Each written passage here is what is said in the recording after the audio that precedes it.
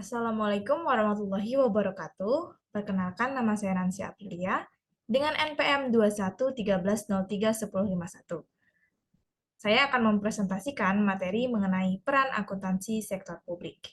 Sebelum kita membahas mengenai peran akuntansi sektor publik, kita akan membahas mengenai pengertian dari akuntansi sektor publik itu sendiri.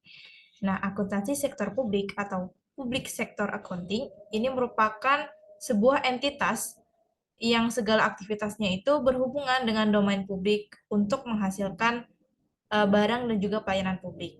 Nah, dalam hal ini, akuntansi sektor publik itu berbeda dengan akuntansi sektor swasta. Namun, fungsi dari akuntansi sektor publik ini sebenarnya juga dapat dilakukan oleh sektor swasta.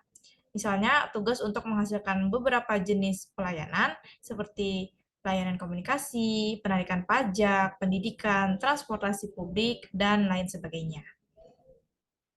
Kemudian yang kedua, mengenai peran akuntansi pada sektor organisasi publik. Nah, ada dua peran akuntansi pada organisasi sektor publik, yaitu yang pertama memberikan informasi yang diperlukan untuk mengelola secara tepat, efisien, dan juga ekonomis atas suatu operasi dan alokasi sumber daya yang dipercayakan kepada organisasi. Kemudian yang kedua itu memberikan informasi yang memungkinkan bagi manajer untuk melaporkan pelaksanaan tanggung jawab untuk mengelola secara tepat dan juga efektif program dan penggunaan sumber data yang menjadi wewenangnya. Kemudian yang ketiga itu mengenai apa sih pengertian era digital itu sendiri. Era digital itu merupakan suatu kondisi di mana zaman ataupun kehidupan yang seluruh kegiatan yang dilakukan itu mendukung untuk dipermudah dengan adanya teknologi yang serba canggih. Jadi era digital itu ditandai ketika informasi itu mudah dan cepat diperoleh serta disebarluaskan untuk menggunakan teknologi digital itu sendiri. Oke, sekarang kita masuk ke peran akuntansi sektor publik di era digital. Yang pertama itu adalah sebagai transparansi dengan melalui pelaporan yang real time, di mana penerapan sistem akuntansi digital ini memungkinkan entitas sektor publik untuk menyajikan informasi keuangan secara real time atau nyata. Nah, transparansi ini nantinya membantu pemangku kepentingan ya atau stakeholders seperti masyarakat dan juga lembaga pengawas untuk memantau pengelolaan dari dana publik itu secara langsung.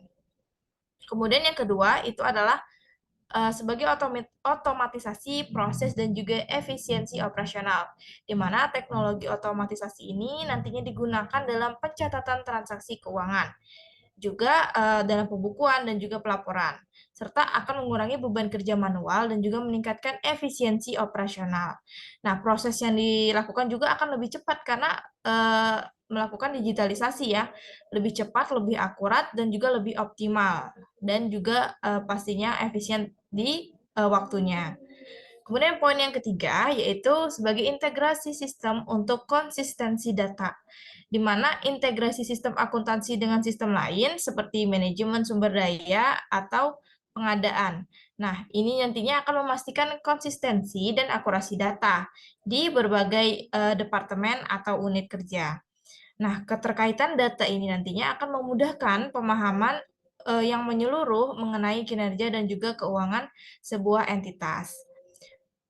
Yang keempat itu adalah pemanfaatan big data dan juga analisis prediktif, di mana pemanfaatan big data dan analisis prediktif ini akan membantu entitas sektor publik untuk mendapatkan wawasan yang mendalam dari data keuangan, dan juga analisis ini nantinya dapat digunakan untuk meramalkan tren keuangan atau memperkirakan keuangan dari entitas tersebut, di mana ini juga dapat mengidentifikasi potensi risiko dan juga mendukung pengambilan keputusan yang baik oleh entitas itu sendiri. Dan yang terakhir itu adalah peningkatan layanan publik melalui pelayanan digital. Nah, pemanfaatan teknologi ini nanti akan menyediakan layanan publik secara digital, seperti pembayaran pajak online atau pengajuan permohonan secara elektronik. Nah, hal ini nanti akan memberikan kemudahan nih atau akses bagi masyarakat pedesaan dan juga meningkatkan efisiensi dalam proses administrasi publik. Kemudian yang kita bahas selanjutnya adalah mengenai akuntansi sektor publik di era revolusi 4.0. Nah, Rionat Silaban itu pernah mengatakan bahwa akuntansi sektor publik ini memiliki peran penting dalam menyediakan informasi keuangan yang tepat waktu dan juga relevan. Nah, di era revolusi industri 4.0 ini akan ada perubahan teknologi yang cepat dan juga untuk bertahan di era ini perlulah profesi akuntan yang kompeten atau yang ditingkatkan gitu. Nah, oleh karena itu, akuntan di sektor pemerintah ini harus berubah dengan melengkapi kemampuan mereka, juga harus siap untuk menghadapi tantangan ya dengan berbagai pengetahuan-pengetahuan yang di luar akuntansi yang sangat berkembang saat ini, harus up to date begitu. Kemudian yang terakhir adalah cara mensinergikan konten akuntansi sektor publik ke dalam pembelajaran di sekolah, khususnya melalui mata pelajaran ekonomi. Nah, yang pertama itu adalah dengan memahami dan juga menjelaskan mengenai gambaran umum akuntansi sektor publik kepada siswa.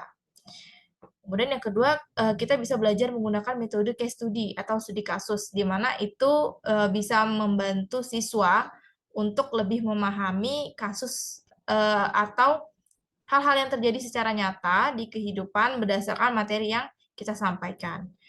Yang ketiga itu adalah memberikan contoh akuntansi sektor publik pada lembaga pendidikan, khususnya misalnya di sekolah ada ruang TU di bagian keuangan dan sebagainya gitu. Jadi murid-murid bisa diajak untuk diberikan contoh secara langsung ya, maksudnya untuk dari lembaga akuntansi sektor publik itu sendiri.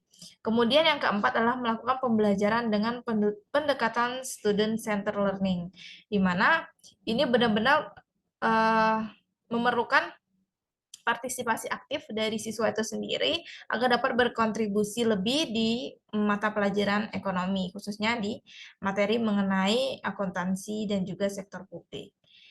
Begitu. Baik, mungkin itu saja materi yang dapat saya sampaikan mengenai peran akuntansi sektor publik dan cara mensinergikan konten akuntansi ini ke dalam mata pelajaran, khususnya mata pelajaran ekonomi.